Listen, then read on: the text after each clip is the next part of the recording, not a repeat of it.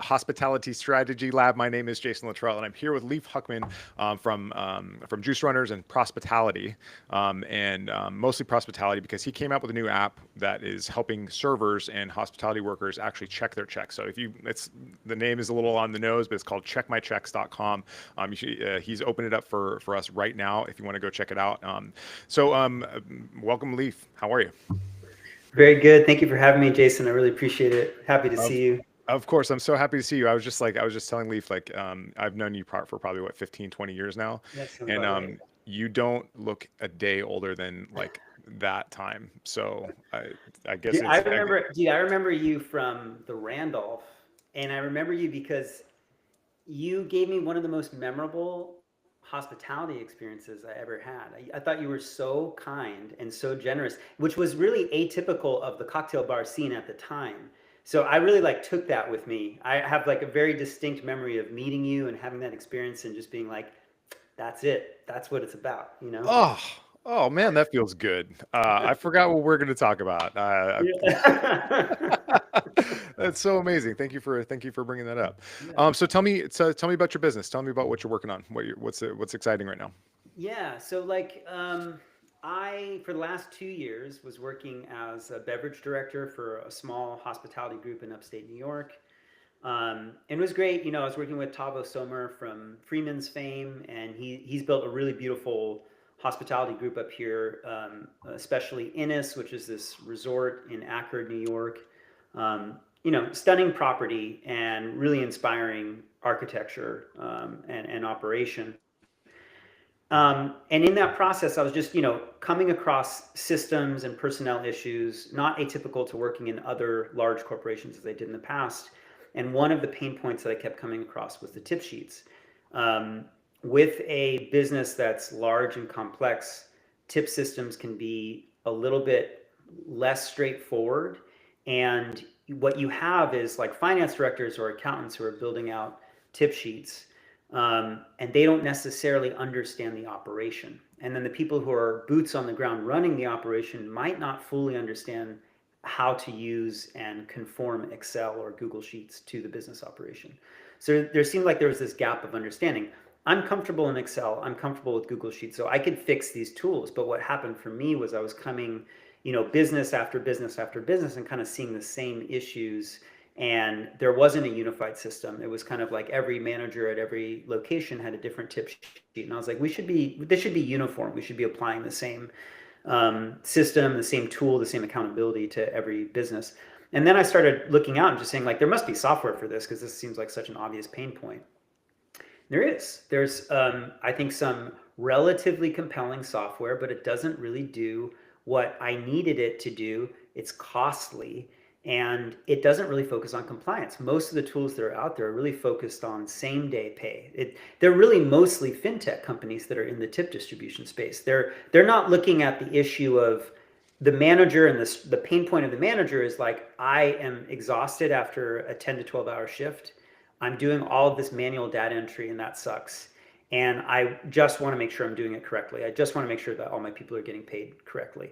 And then come payroll time, now I have to take all of that data and get it into my payroll system in an efficient manner. What the most of the solutions that are out there are looking to solve, from my perspective, is like, remember how great it was to walk with cash tips back in the day? And we can't do that anymore because everybody pays with a credit card. So what if we could do that but digitally? That's the pain point that they're solving. Hmm. And I wanted to offer something different. I wanted to offer a solution that was really coming from the perspective of an operator manager, and then providing a level of transparency to the staff, so that one of the most common questions that was coming up is like, can you look at my paycheck? Can you just make sure that my paycheck is correct? So that's where Check My Checks came from, and that's where ProTip came from. And so ProTip was the primary tool that I focused on, and that's what I raised money around for, to begin Prospitality, and that's what Prospitality was started for. Prospitality is a software company, or is it like it's like Prospitality is a company that comes up with fintech products? Or Yep. So Prospitality is a hospitality tech company, software got it. company. And ProTip is the tip distribution software that we're developing. And Check My Checks was kind of born out of that because I was looking to, it occurred to me that the least likely user of ProTip, a tool that is, centered around compliance, is the operator that might not care, which I think is like, I think it's not the average operator. I think the average operator does care and is trying to do their best to be compliant. Hmm. Um, but I think that there are operators out there who are lackadaisical, and you also have a workforce that can oftentimes feel like they don't have agency to complain. Hmm. And because of that, I thought that there is a way to sort of democratize this. And it really is just math, and so I could reverse engineer what ProTip is doing proactively. I could reverse engineer that logic from a pay stub. If you uploaded a pay stub and answered a couple of simple questions, I could tell you whether that pay stub was compliant or not. And so that's what we built. And I started building Check My Checks myself, not having done any kind of software coding before, but I think also with the kind of rise of AI and AI supported platforms, I was able to iterate something first I'd spent like 50 hours coding by hand a very rudimentary React tool with Hmm. for Check My Checks. And it was functional, but it wasn't good. It wasn't like, it Oh, wasn't so reliable. you went in Yeah, there and did the work. Okay. Because I, I I was did. I I was did just at like, first. once Replit and Bolt came out, I was like, this is a cheat code. Like that means I don't have to learn how to do this stuff. But Yeah, it was garbage. Like the stuff that I quote unquote made was yeah. garbage. Well, I felt similarly. I mean, when I first got, it was exciting. I think I just wanted to also understand the language of coding. That if I was going to be working with developers, I needed to understand how to speak to them and how to like manage the workflow and really understand what job it is that they were doing if I was going to be kind of holding them to account. I Um, got I got a question for you about the size of the problem. So let's yeah. say that the operator is just like not is just lackadaisical, or they don't care, they don't know. Um, we're talking about the property of their staff, right? Hmm. Their tips. Correct. Their tips are their Correct. property, and then they Yeah. are being handled and managed by the owner, Hmm. right? So Yeah. what is the liability? What is the risk of not understanding how that works and not getting that right? I think one of the most compelling metrics is from the Economic Policy Institute, put out a study in 2024 that looked at wage theft between 2023 and 2024 and estimated that in the United States, they had recovered over $1.5 billion in wage theft due to state, local, and federal efforts to protect against wage theft. So if you want to look at that as an average metric, the same institute, the Economic Policy Institute, estimated that over the 10 most populous states, wage theft accounted for a loss of about 3,300 per employee, per Per year. year, per year. So this is a significant, it's a significant issue. It's also like from 2020 to 2012, wage theft claims had increased by over 400%. Kathy Hochul's administration has been really pushing on wage theft as an issue, a persistent issue that needs to be addressed in New York State. And the hospitality sector is a ripe candidate for it because we're dealing with like a lot of, I think the workforce in hospitality is often underrepresented categories of people. You have immigrants, you have people of unknown legal status, you have women, you have LGBTQ, you have young people. So every demographic that you can imagine that is perhaps afraid of retaliation or doesn't feel like they have a platform to fight against those who already have power, they're represented in hospitality. And this is, I think, also one of the ways in which tech and maybe even AI can really do good. That when we're talking about things that are like straight math, like computers are really good at math. We can let computers do that. Yep. And what you need to do is just be able to give people free access to it. And that's what Check My Checks seeks to do. I thought it was interesting that there's no opt-in, there's nothing, there's no fee, Mhm. which is pretty rare because typically people would use that as like something like a lead magnet where they're saying like, we would like you to opt into our marketing in exchange for this free tool. I think Um, it's important. I think that I'm asking for some sensitive data from an employee. I'm asking for their pay stub. So there's a lot in there that somebody might be unwilling to share with me if they thought that I was attaching their name to it. And if I'm asking for their email, I'm attaching their name to it in some way, shape, or form, or some sort of personal identifying information. So I talked with the developers. I talked with friends who have a lot more experience in the security sector of tech, and also with my attorneys to to see how we could develop the tool so that it extracted from a data that's useful to me, metrics that are actually useful for me to pitch and promote and improve upon the system, um, while also protecting the users of it. As a monetization strategy, I'm still not sure, and that's why I'm still in like MVP beta test mode. But Mhm. I have assumed, and I still assume, that the best use case for it might be, if there's wide adoption, it could just be an advertising platform. I might sell some advertising space to other hospitality businesses, and if it has enough traffic, then that's how I would be able to monetize it. Um, Well, but I would imagine that the biggest beneficiary of this is the second. I'm not sure if it's the biggest or second biggest, but it's like the owner is relieving themselves of an enormous amount of liability if they get this wrong. Because if you get sued for wage theft, that's like even if you have insurance, even if you have great lawyers, it's still expensive and it's still a massive pain in the Well, ass. even EPLI insurance, there's always like, there's going to be, what is it like? Not what's the word? Not minimums, but um, you're going to have to pay up to $10,000 out of pocket Yeah, anyway, like the and premium. Yeah, yeah. yeah, yeah. Your EPLI insurance is going to kick in. So it's not, and it's also reputational damage, which you can't necessarily come back from. Like if you were to be sued for that, that's hugely detrimental to a business and its reputation, and what that's going to do to being able to hire staff on again.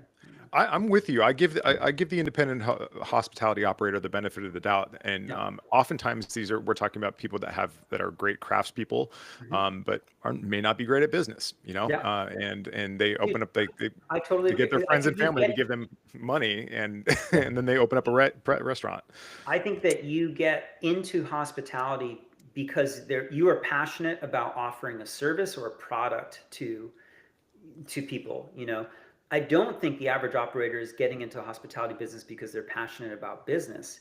And that's a big difference. That's a big differentiator. And it's not because they don't want to do the right thing. Like my honest belief is that the wage theft that exists in the hospitality industry is largely not due to malice. It's largely due to unintentional wage theft because people don't understand some common labor laws. Even I continue to deepen my understanding of the nuances of some of these labor laws. I was looking into the logic of our blended overtime rate calculator, and realized that what I also needed to input in there was that there's a minimum overtime rate that you need to take into account. So even if you're using the proper formula, which is like total compensation divided by total hours to come up with a blended rate, if that does not meet the minimum threshold of 1.5 times minimum wage less the tip credit, right, of 550 if you're in New York City,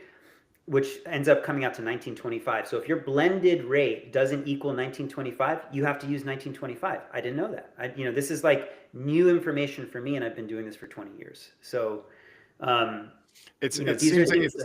that, I'm just picturing this like this bar owner with a plunger in one hand and a yeah, calculator in the other, being like, "Which one am I going to do now?" yeah, And they're going to be yeah, like, I'm not picking up that fucking calculator yeah, because right, it's because yeah. they're exhausted. They're like, I cannot math this right now. No, no, and, I mean, and this is the thing too. It's like we're dealing with this sensitive information like tips, and we're doing it at the worst time of the day. We're doing it at the end of the night when we're totally exhausted, when we're bleary-eyed from running our business for, God knows you've been answering emails since you opened your eyes that morning. And, maybe it's 1 a.m., maybe it's 2 a.m., maybe it's 5 a.m., who knows? Like, I know that feeling. And again, I think also even managers who have all of the best intentions, they're trying their best, but payroll is due by Wednesday at 5 p.m. So you're gonna do your best, and then you're hitting send, and you're just like there's a little bit of like crossing fingers and hoping that it's gonna go well. It doesn't have to be that way. This is math. This is something that tech is really good at solving, you know. Yeah, no, that's really interesting. So what are your predictions for the hospitality business? I mean, things have been pretty brutal, especially lately. Yeah. I mean, aside from the political just whateverness that is happening right now, it's been a ruthless business from the beginning, and people are Yeah. eating home more, they're dining out less, Yeah. and they're spending way less money. So like what do you think is going to happen? I think the short term is going to be painful because I think that what I've seen is that you have two types of operators that are insulated from the present moment. I would say fast casual spaces in which you're really you're not really going to you actually might even gain as people are tightening their wallets. They might opt in for the fast casual dining experience more readily than they would a seated formal dining experience. And then the operators that are offering an elevated service to the 1%, they're not hurting right now. Like in fact, those spaces are not hurting. Those spaces are still doing very, very well because those customers are insulated financially. They're not feeling that same kind of pinch. So who's suffering? It's actually probably most of my favorite spaces, those like casual dining spaces that offer really elevated food and beverage. Spaces that come to mind are places like Diner and how Marlowe and Sons used to be. Hmm. Um, they're seated formal dining spaces, but they're not formal environments. They're casual environments. I think that's where you're going to lose some of the casual diners who maybe can't go out now 2 times a week. Maybe they have to go out 1 time a week.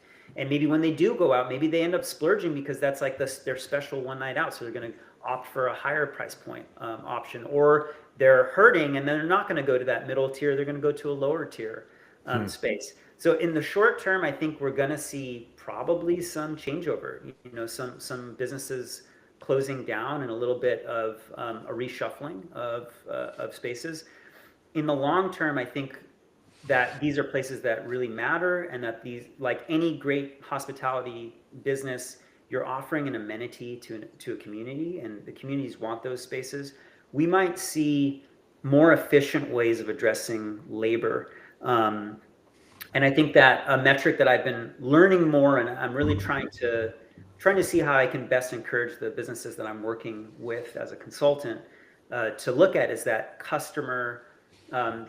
customer served per labor hour metric. So like what is the sweet spot of how many people you need on the floor to be able to offer a reasonable and efficient service to a seated customer?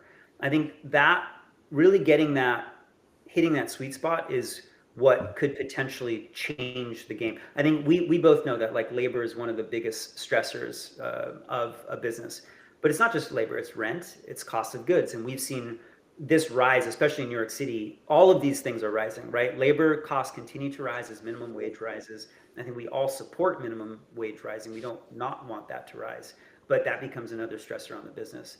Rents are going up, that becomes a stressor on the business, and costs of goods are going up. Tariffs are pushing costs of goods up. This becomes a stressor on the business. So we need to be able to cut costs somewhere. We can't do it with rent. If you sign that, you sign your lease, like you're not going to change that number. You're not going to change your cost of goods number. You don't have control over that. You have to buy from the purveyors that you're buying from.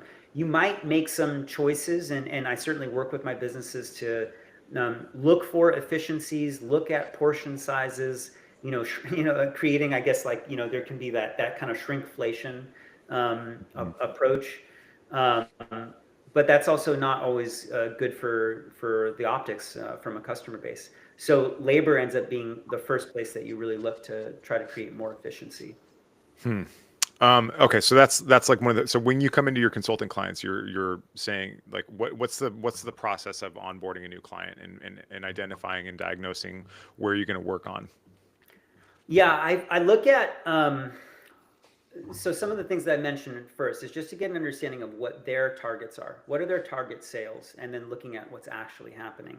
What's their target labor and what's actually happening? What's their target cost of goods and what's actually happening? What systems do they have for measuring these things in real time? Because a P&L call the 20th day into the next month is way too late. So we have weekly check-ins to look at these metrics to understand what's happening, where the trend is going, and then we start iterating on different decisions going into it. And it's always a two-pronged battle. It's not just cutting. It's also increasing sales and That, looking for any opportunity to increase sales to help those metrics. well, that's not, I mean, is that a marketing conversation or is that a sales conversation?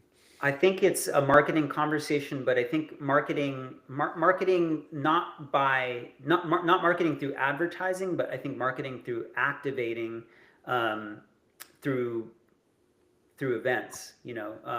Looking for ways to connect to the local community or bring in cultural events. And this is a conversation I was having recently with the Donna team too. That it's one thing to get a brand to come in and sponsor a night, but the truth is the brand is really typically not going to bring. They're not the draw. The brand is kind of like a benefit.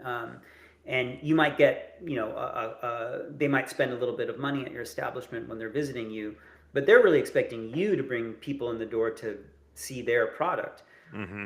The best, the sweet spot is when you have a cultural event that really resonates with your followers, with your clientele, and something that you believe in and it is authentic to you and your identity and your brand identity. And if you can pair that with a great brand, that's a win-win scenario. And that can really kind of be the rising tide that raises all ships. I think that a lot of businesses can get caught in some vanity metrics. I think that social media can be a time suck. I think that getting a brand to come and sponsor, like, hey, we're having a party and this brand is sponsoring, it's like, that's great. How are the sales? Did your sales go up from last week? Because if they didn't, then you've kind of wasted everybody's time. Mm-hmm. Yeah, I mean those are some.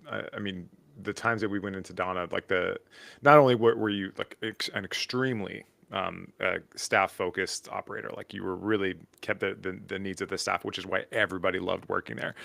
But how you connected with the community was really, really interesting. And I just remember seeing this over years of people coming and going and working there, and everybody was really good at their job. Everybody really loved it, and they were just happy to be at work.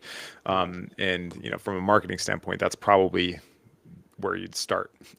It's because like, I mean, I think your staff is your best. They're your best brand reps, right? Like as a business operator, as a hospitality space, and the places that I worked in that were positively inspiring to me were places that I was just very proud to be a part of. Again, Marlowe and Sons, like that was a really really inspiring space to work at, and showed me how you can create. Like I think that's the other thing too. It's like I didn't go into opening up a bar because I knew very much about business. I really had to learn quickly on the job and kind of learn through the school of hard knocks. you But were an actor, right?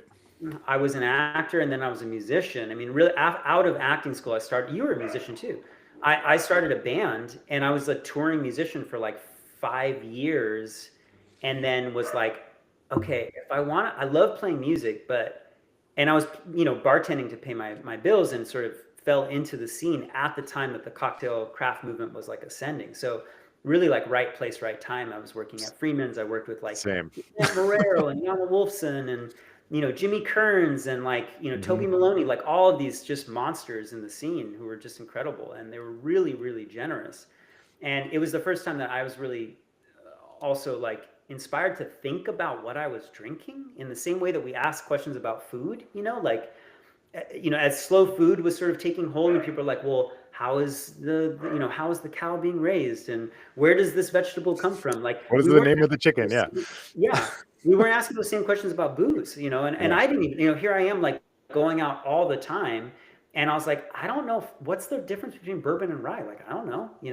So I had to learn those things. And I mean, long story short is like I feel like when I feel like working in those spaces showed me that, yeah, I don't know, you felt proud to be a part of it, and I felt like, oh yeah, I know. I was gonna say is culture, is that I didn't understand company culture as a concept, and I think Hmm. when I had heard that term used before, I thought that was like corporate speak, like the culture of this company. We're a family here, like, And I was like, well, that's bullshit, right? Yeah, we're not a But family. no, we're not. We're not. Good, We're we here can to be do good business. friends, but we're not a Yeah, family. Yeah. exactly. I realized later that I think when I first came into Donna and I first opened it, I thought it was all about the people. So it was all about assembling this team of people that I just loved. And the opening team was just an incredible group of human beings. But I didn't have systems. And then when the fire happened and Donna was shut down and I had to come back, I had to try to put the lightning back in the bottle. And I was like, oh, okay, now and I lost some of those people during that period of time. So it's like I need systems. It's all about systems. And I started putting all these systems into place. And that was great, but I lost some of the magic and some of the spark. So I realized eventually that culture is the blend of those two things. It's creating really good repeatable systems and then finding people and matching people to those systems. Because great people are not always going to work in one system. They might not be a good fit. A really talented person wasn't always. I worked with some really talented bartenders who were not a good fit for Donna, and they were amazing at other establishments, but they weren't right for what we were doing. They didn't fit with the culture that we had there. You know. So, one of the biggest complaints I hear from my clients is about staffing, labor. Mm-hmm. Do you advise your clients on how to recruit, how to train, first 100 days, stuff like that, how to get feedback from your Absolutely. staff? Tell me about that. Absolutely. Yeah. Okay. So it starts with a job description for first of all. So you have to really understand what it is that you're hiring for, and they have to be really clear metrics that are accountable, metrics that you can really hold people to account for. Then I really believe in like the 30, 60, 90. I think that's really important as you're onboarding something for two reasons. One, you have the liability of once you pass that 90-day mark, if you want to terminate somebody, it becomes more difficult. You're more liable to have some sort of issue with Department of Labor in that Hmm. regard. And I that didn't know. first I didn't 90-day know that. threshold. What is the Yeah, distinction I mean, this between is day in New one York and day State, so 90? this might not be true in other states, but Hmm. in New York State, you have a 90-day, trial period essentially. Um, And that's protected by I law. yeah, I mean, it just I've means never heard of that it's called at will employment. So in that. New York State is an at will employer state. For 90 days, you can terminate somebody without cause. You can just say like, sorry, don't, it's not working out. There you go. Yeah. No reason. Just it's not working out. Um, Not a good fit. Uh, when if you aren't meeting with those people, though, it's really not fair. If you haven't clearly set out, this is what I'm asking of you, and then you're not checking in with them to tell them their progress towards that ask, and you're managing that with mutual accountability, right? Then it feels personal, and I think that's what ends up creating more of these like what can feel like toxic environments is where people feel like it's personal. They didn't like me because, and they start filling in the gaps of why they think they were terminated. And we live in, I think, such a divisive moment in time also that the narratives that can be written can be sometimes like the least generous, assumptions being made of either side. And I think that's a systems problem. I don't think that's a people problem. I think that's because you're just not using good enough systems of accountability. You haven't created a really clear ask for what this role is about. Maybe you're not even applying that ask fairly across your team. And then you're not checking in with people and showing them how are they doing towards that thing. I honestly believe from all of my years of management that everybody wants to do a good job. It's really hard to do a good job if the target keeps moving. Hmm. So make the target really clear. And I think that most of the time it is clear. I think it's just that operators who are stressed out or spread thin, um, they might not be really being accountable to themselves. So then it becomes even more difficult for them to hold other people accountable. Your lips to God's ears. I mean, that's I say it all the time. So where does the rubber meet the road? Like, where do you say like, okay, here's your first 90 days program. What do you do? Put that into a Google Calendar or put it into a spreadsheet, or how does that work? Yeah, so I've A learning created a management system. system that's inspired by Google's OKRs, which you're probably familiar with, but it's Objectives and key results, something like that. that's right, objectives, key results, and required actions, right? Required action. Thank you. So I use this for my own accountability with my investor for hospitality, and I find it really useful. I like accountability, and I also love the visualization of that progress. But I also find it very clunky. It's like the language of OKR I find really clunky, and I struggled to remember what OKR stood for like many months. Hmm. So I renamed it, and I've created a system that's very similar. It's called VOWS: Vision, Action, Outcome. So you have a vision for what it is you want to achieve. These are the actions you're going to take to get to that vision. And then what's the outcome of the actions that you took? And we rate it on a 1 to 5 scale, and we put a deadline and we assign it to somebody. And this is how I'm able to not just have a meeting. What was happening with me with my clients initially was that we would have a meeting. It'd be really great. We'd come up with some incredible ideas. I'm like, I'm just like an idea machine. Like if you give me a problem, I'm just gonna be like, oh, what you could do is blah, blah, blah, blah, blah. Great. If we don't do anything about that, it's a waste of everybody's time. And the next week, we're having the same conversation. I'm coming up with 10 more great ideas that are going nowhere, right? So the vows gave us a structure by which we could say, like, okay, this is what we're trying to get to. This is what we're trying to achieve. This is actually what's going to happen this week. Before we meet next week, you're going to do A, B, and C. And then we're going to measure the outcome of that. We're going to give it a rating. And those metrics can be different. Some of the metrics I've used most recently too have been like, how about your level of stress? One of the metrics we're going to rate is like, do you feel more stressed or less stressed this week? Give me your stress level rating on a 1 to 10 scale. That's really valuable, because one of the things that we're also trying to get to is not because I'm trying to pretend to be somebody's therapist. That's not my lane at all. Sometimes But that's what they need. it is. But just, to keep it like squarely in the business lane, which is where I feel more, able to be a supportive person. I I do want to reduce their stress level. I want these actions to reduce their stress level. So that can be a metric. Yes, sales are going to be a target. Efficiencies across these various KPIs that we've talked about are a target. But also, like, how do you feel? Like, is it working? Do you feel better about your business today than you did yesterday? If so, great. Let's keep going. If not, that's useful information. Let's try something else. Hmm. You know. How do you warehouse this information? Is it Post-it notes on the wall? Do you use like Trello or project management software? How do you do that? Initially, and still, like I think I've become really comfortable in, and it's easy to train and keep people within the Google space of like Google Sheets and Google Docs. But on the side, I've been building out a platform for hospitality performance tracking called Clarion, which is also available if people wanted to check it out. It's clarion.prospitality.com. It is live, and what it does is everything that I've just described. You're tracking your projected sales against your actual sales. You're tracking your labor cost and your product costs as a combination, so prime costs to try to get to 60% or under. And you're also tracking your rent efficiency.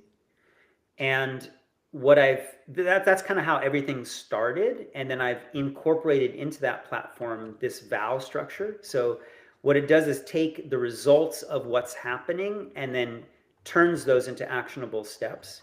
And the latest example of that is including a scheduling platform onto it. So not only are you looking at what your labor has been, but let's actually build a schedule using your 6-week trend line of sales and see what is your labor going to look like if you schedule the way that you wanted to schedule based on your sales trend.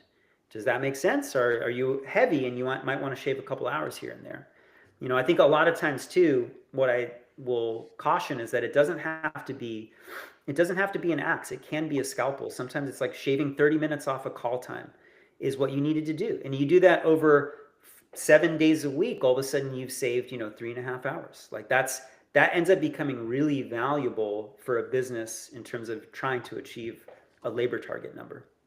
Well, I just signed up for an account with Clarion. It's this is great. This is Cool, man. exciting. Yeah. It took me that long. Took me There you 7 go. seconds. There you go. Yeah. That's amazing. Yeah. I think these are it's really fascinating where your head is at with this stuff. Yeah. And if I owned a restaurant, I would hire the shit out of you for sure. Thanks, man. Um, Mm. because it's like this stuff is not my strength. It's this stuff is like the numbers and like even knowing what to look for. Like you mentioned a metric that you, or a KPI that you look at, which is like labor hours per like like the ratio of labor hours to Customers served per labor hour. Yeah, customers served a per number of labor hour. customers served. Yeah, because this becomes really interesting because like you set a shift and you're like, okay, I'm going to put a schedule, and let's say the schedule is going to be 6 to 8 hours, probably closer to 6, but like your servers are working 6 hour shifts, your bartenders are working 8 hour shifts, and you just kind of plot that across your 7 days of the week or 5 days of the week. And you just assume that that's what needs to happen. But if you look at the customer flow traffic, there's like a lot of dead time. There's a lot of time where people are not doing very much to serve. That doesn't mean they're not busy. It doesn't mean that they don't have other side work to do or setting up the room. But if you can look at your foot traffic, it's a different lens to look at staffing. And it's influenced the way that we've staffed some of our businesses, where it's all of a sudden we're like, you know what? The server doesn't really need to show up an hour early. The server can really show up at the start of service because we're really not serving a ton of customers in that first hour between 5 and 6. So the Hmm. server's coming in at 5. They're going to detail the floor during that time. They're going to handle the tiny little trickle of customers. And it's that KPI that helped us come to that discovery. So really looking at like number of customers served. How many bodies do you need to do that efficiently? Hmm. Yeah. All right, this is fascinating stuff. That's all the time we have for today. But Leif Huckman from Prospitality, and he created this app called Check My Checks, Check My Check, or Check My Checks. Check my checks. Yeah, Checkmychecks.com, which is that's right. basically a community service, a free community service where you can actually check your paycheck to see if you're getting properly compensated, or if there's some fuzzy math in there due to Yeah. some clerical error. You know, again, Yeah. I love where your perspective is at. Is that like, you know, these people are not assholes, they are just making mistakes, which is I'm the kind of Yeah. person that would make those kind of mistakes. And you're asking questions. I think what's really most fascinating is that you're asking questions and coming up with formulas of things, of indicators that most people wouldn't even think to look at. We always look at sales, we always look at how many Instagram followers we have, Yeah. but that's those are not always the most honest or least vanity metrics that are available to you. Is Yeah. there anything else that you want to share before we chop up? Yeah, Chop out. just to say that I really do, as you were mentioning, like it helps to check like that. My assumption is that wage theft, if there is wage theft, it's unintentional. That there's honest mistakes that are happening. If you use Check My Checks, it's not. This isn't a gotcha tool. This is a trust builder. This is so far the people who have used Check My Checks, I have a 50% compliance rate. So that's an interesting little metric to know Hmm. right now. Like 50% of the users have fully compliant pay stubs. The other 50% have had some question marks around it. We simply put it out as a possible issue. That's the only flag. It's not like, oh, go to jail. Like this is just like possible issue, follow up with your employer. What we really want to do is address any potential issues before they become larger issues. And I encourage any users of the platform to use it in that manner. It's, check your pay stub. If you see an issue, talk to your employer and address it. If they're truly uninterested in helping you, that's when you can take it up a notch and go to the Department of Labor or potentially seek out legal advice. Yeah, chances are they're going to want to fix it because that's way cheaper than a lawsuit. Um, Exactly. Exactly. so just one last question: do you have enough data to inform a through line with the compliant checks versus the non-compliant ones? Like, is it a certain payroll provider that's really good, or is it a POS system that just gets it right? Or I don't have enough of that. I don't have that data coming through. That's an interesting question. That would be another layer to add to my dashboard. Like I get my own dashboard of information off of the pay stubs that are analyzed. And, anonymously? and I've also been careful to like, I really want, it's completely anonymized. So I don't Mhm. know who has what problem. I don't see the users' names. There is like no space for them to put their name into the system or the schema of the data to extract. I do see employer names and I see issues. I do not know what issue which employer had, you know. So what I That's have seen OCR. so far is mostly it's spread of hours. I think spread of hours is one of the trickier labor laws that people don't fully understand, and that seems to be the most common wage violation that is You coming need up. you need like a PhD to be on top of this stuff. Like, and this is why I mean, this is why I think that I feel like every restaurant should have like every restaurant, in my opinion, is an HR company. Yeah, And the cost of getting this stuff wrong, yeah, change, and not only that, but also the laws change all the time, They change every year. I mean, every year this stuff is getting updated. And how many, this is what also, kind of prompted me to pro tip. It's like, how many tip sheets have been updated to match the new labor, with the wage minimums? Like, I don't think that people are keeping up with these things and updating their internal systems. And also with turnover of management, we have managers who are inheriting systems that came before them. They don't even know where to look they don't know where to look in the formulas in the Excel sheet or the spreadsheet to see, how was this designed, and did they hard code the minimum wage, or is the minimum wage a variable that can be updated over time? So this is, again, this is where I think tech actually can do some good. All right. Thank you so much, Lief Huckman. It's so great to catch up with you. And You too, I will man. see Thank you you for next time. having me. I'm gonna put all your stuff in the show notes, so Okay. so you guys can check out Prospitality. All right. Cheers. Cheers. All right, that's it. Cool.